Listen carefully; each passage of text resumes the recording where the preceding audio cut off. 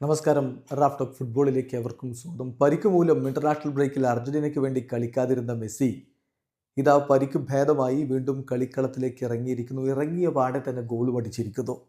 അങ്ങനെ Inter Miami ഫിലാഡൽഫിയക്കെതിരെ 2-1 വിജയിച്ച് കയറി. മത്സരത്തിൽ ഇന്റർ മയാമിയുടെ സ്റ്റാർട്ടിംഗ് ലൈനപ്പിൽ ലിയോ മെസ്സി ഉണ്ടായിരുന്നില്ല.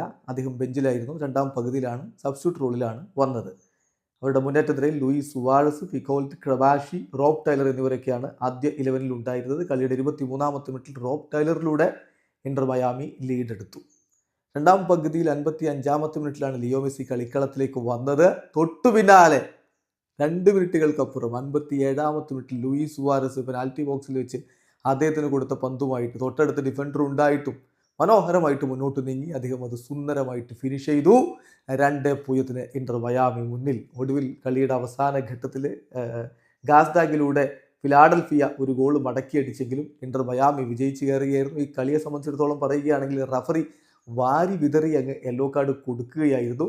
ഇന്റർ മയാമിയുടെ ഭാഗത്ത് തന്നെ ക്രമാഷിക്ക് ആദ്യ പകുതിയിൽ യെല്ലോ കാർഡ് കിട്ടിയിരുന്നു. രണ്ടാം പകുതിയുടെ അവസാന ഘട്ടത്തിലാണ് പിന്നെ ആ ഒരു യെല്ലോ കാർഡ് വിതരണ മഹാമഹം നടന്നത്.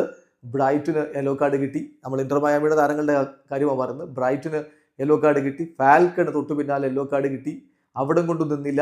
പിന്നീട് ബുസ്കറ്റ്സിന് കിട്ടുന്നു, ആൽബക്ക് കിട്ടുന്നു, ലൂയിസ് സുവാരസിന് കിട്ടുന്നു. അങ്ങനെ വാരി വിതറി യെല്ലോയിൽ കുളിച്ചാടിയ അല്ലെങ്കിൽ മഞ്ഞയിൽ കളിച്ചാടിയ ഒരു ദിവസം ഇന്റർ മയാമി 2-1 വിജയിച്ച് കയറിയിരിക്കുന്നു. മെസ്സി ഇതാ കളിക്കളത്തിലേക്ക് മടങ്ങിയെത്തി ഗോൾ അടിച്ചിരിക്കുന്നു എന്നുള്ളത് ആരാധകരെ വല്ലാതെ സന്തോഷിപ്പിക്കുന്നു.